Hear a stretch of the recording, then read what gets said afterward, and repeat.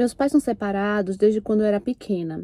E assim, eu sempre vivi na casa de um e na casa de outro. Passava o final de semana na casa do meu pai, depois voltava para casa da minha mãe, e sempre foi assim até eu crescer. Só que eu passei um tempo morando mesmo com meu pai. Quando meu pai ele comprou uma casa nova, muito grande, com piscina, eu amava a casa do meu pai, essa casa nova.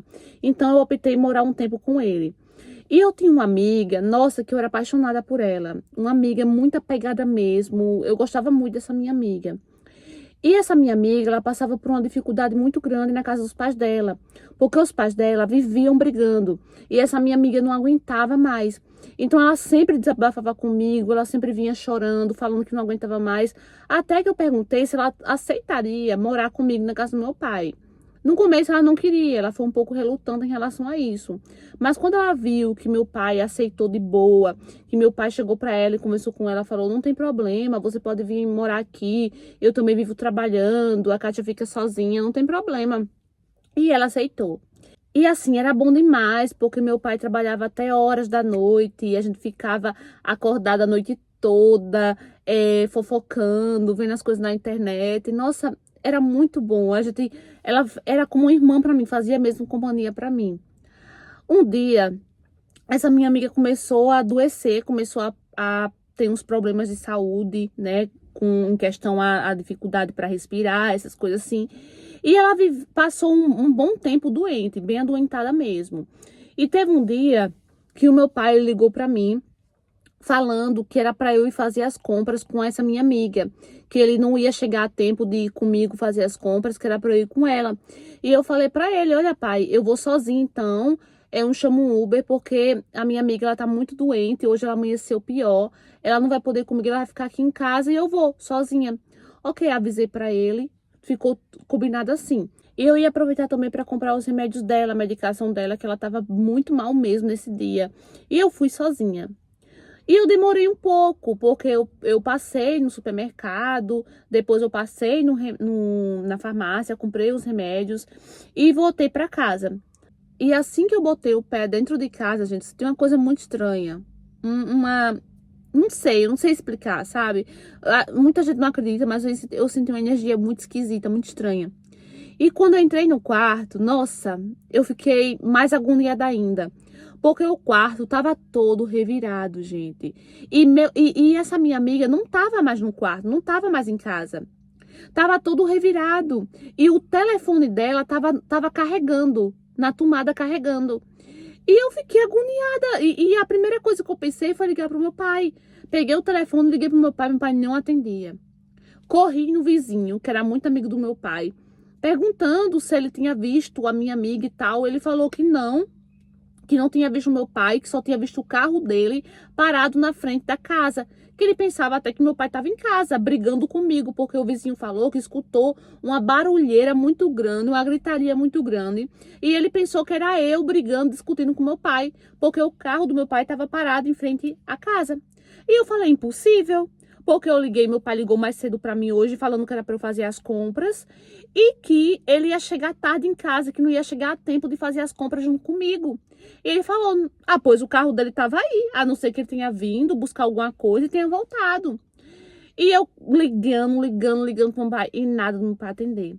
E quando eu falei pro vizinho que o quarto estava todo revirado e que minha amiga estava doente, que não estava mais lá, na hora o vizinho ligou para a polícia. E a polícia estava demorando muito a chegar. E na hora eu lembrei do meu tio, irmão do meu pai, que também era da polícia. Liguei para ele, contei tudo que estava acontecendo. E o meu tio chegou, né? A polícia chegou e começaram a me fazer perguntas, gente. Só que a única coisa que eu sabia era que eu tinha deixado a minha amiga em casa, dentro do quarto, que ela estava doente. Contei para ele o que ela tinha e que meu pai tinha ligado mais cedo para mim, falando que não ia chegar a tempo, que não ia conseguir ir no mercado comigo e que o vizinho viu o carro dele parado. Aí pronto, gente, começou as buscas. E eu orando a Deus, gente, para que não tivesse acontecido nada com meu pai nem com minha amiga. Eu jamais, gente, jamais iria imaginar o que tinha acontecido. Só sei que a polícia encontrou essa minha amiga numa situação muito deplorável, muito deplorável. E quando ela se recuperou, ela contou tudo o que tinha acontecido. Meu pai chegou mais cedo em casa, foi no quarto e viu ela lá deitada na cama, doente. E ela falou que ele sentou, que ela nunca imaginou que ele ia fazer o que ele fez. Que ele sentou do lado dela e começou a perguntar como ela estava, o que ela estava se sentindo. E a minha amiga começou a conversar com ele. Só que aí, do nada, a minha amiga falou que meu pai tirou o genital dele pra fora e ficou mandando, obrigando ela a pegar, colocando a mão dela em cima, obrigando. E foi nesse momento que ela começou a gritar. Foi nesse momento que o vizinho, né, falou que viu uma gritaria muito grande lá, uma discussão muito grande, que o vizinho até pensou que era eu discutindo com meu pai. Mas ela começou a gritar com meu pai, falando que não queria, que não queria. E o meu pai obrigou ela a calar a boca, começou a ameaçar ela, falando que era para ela calar a boca. Ficou mandando ela parar de gritar, começou a ameaçar ela. E ela falou que ele obrigou ela a tomar um monte de calmante, gente. Um monte de calmante. Ela tomou e ele levou ela para um lugar bem isolado e fez o que fez com a minha amiga. Violou a minha amiga e bateu muito nela. Muito mesmo, gente. E ela tava numa situação que eu não conseguia nem olhar para ela de tamanho desespero. Eu fiquei arrasada. A família não conseguia acreditar. Depois conseguiram achar o meu pai. E o meu pai, ele falou que não lembrava de nada que tinha acontecido. Só sei que foi comprovado sim, que foi ele que fez o que fez com a minha amiga. E a minha amiga, gente, ela ficou num trauma que, nossa, é de dar dó, de dar pena dela. E eu fiquei com um nojo. Gente, eu não sei explicar. Algumas pessoas da minha família ficaram até assim me criticando por eu ficar assim com meu pai, que ok, que ele fez o que fez, mas você não precisa ficar assim com seu pai. Gente, o meu pai, ele é um monstro. Ele não é um pai, ele não é um pai, ele é um monstro, entendeu? Se eu dizer pra vocês que meu pai, ele já fez alguma coisa comigo, eu vou estar mentindo. Porque o meu pai nunca tocou em mim. E no começo eu custei acreditar, eu custei entender por que meu pai tinha feito isso com essa minha amiga, né? Eu custei a entender. Só que assim, gente, não tem como perdoar ele, não tem como de jeito nenhum. Ele fez algo horrível, entendeu? Com uma pessoa que eu amava muito. Minha avó, ela morreu de desgosto, sim. Porque passado 2 meses, ela faleceu. Ela já tava meio adoentada, assim. Mas passado 2 meses, ela faleceu. E todo mundo tem certeza que foi desgosto, sim, entendeu? Então eu acho que não tem como perdoar o que ele fez. Ele ficou 6 anos preso, 6 anos na cadeia. E agora vai sair para responder em liberdade. De pensar que meu pai vai ser solto.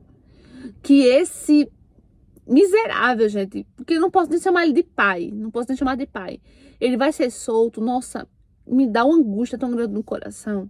Gente, eu cheguei a me ajoelhar, pedir perdão a ela de joelhos, porque eu me senti culpada. Até hoje, eu sinto que se eu não tivesse deixado ela sozinha, nada disso teria acontecido. A minha mãe, acho que pra me acalmar, ela fala que se eu tivesse lá, ele tinha feito coisa pior. Mas eu acho que não, gente. Eu acho que se eu tivesse lá, ele não tinha feito isso com minha amiga. Nada disso tinha acontecido. Então, eu pedi perdão a ela. Só que ela, assim, ela não quis mais... Ela sabe que eu não tenho culpa, mas ela não quis mais contato comigo. Ela foi morar na casa de uma tia dela que morava em Tocantins. Mas hoje ela não tá mais lá. Hoje ela tá morando em Portugal. E, assim, gente, a amizade não é a mesma. Eu falo com ela, eu que puxo assunto, porque ela não fala comigo. Ela fala até mesmo quando ela resolveu ir embora, porque ela podia ter ficado comigo, porque meu pai tinha sido preso. E ela podia ter ficado comigo, mas ela não quis. Ela disse que de jeito nenhum, que só de olhar pra minha cara, ela lembrava o que meu pai tinha feito com ela. Então ela resolveu cortar relações. E eu sinto muita falta dela, muita falta dela. Hoje em dia, a minha mãe mora comigo, porque eu não consigo morar sozinha mais. Eu sinto um desespero quando eu lembro muito grande, sabe? Eu entrei em depressão, né? E agora a minha vida é assim. Ele ainda não foi solto, mas eu tô ansiosa só de pensar que ele vai ser solto, que ele vai querer me procurar, sabe? Isso me dá um desespero muito grande. Então, amores, o que vocês acharam dessa história? Trouxe pra vocês uma história real enviada por uma inscrita. E eu fiquei arrasada também com essa história. Eu imagino a dor dessa menina de saber. Ela amava tanto o pai, na história ela conta que ela amava muito o pai dela. Tanto que ela saiu da casa também pra morar com ele, passou um tempo morando com ele, né? E ela não esperava isso do pai dela. Do pai dela, a pessoa que ela mais amava. E ela perdeu duas pessoas que ela amava, porque pra ela o pai dela morreu. Ela conta na história que pra ela o pai dela morreu. Tanto que no julgamento ela pediu pro pai dela apodrecer na cadeia, porque ela não queria nem olhar mais pra cara do pai. E assim, eu não julgo essa menina por ela ter essa atitude com o pai. Deve ser muito difícil, sim, saber, até mesmo conviver. Ela não quer mais conviver com o pai dela, porque o pai dela fez algo horrível. E ela não aceita isso, ela não aceita de jeito nenhum. E ela perdeu a amiga que ela tanto amava, porque a amiga ficou até com receio dela, de ter convivência com ela, não é? É triste, é complicado, não é? Deixa aqui nos comentários o que vocês acharam dessa história, tá bom?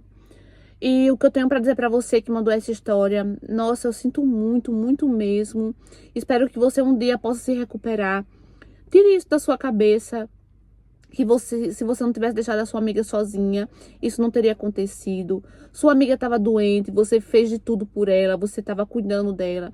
E você jamais podia imaginar que isso ia acontecer, né? Até mesmo porque o pai dela estava no trabalho, até mesmo se o pai dela estivesse em casa, com certeza ela confiaria em deixar a amiga com o pai, porque ela não esperava isso do pai, gente. Porque o pai nunca tocou um dedo nela, né?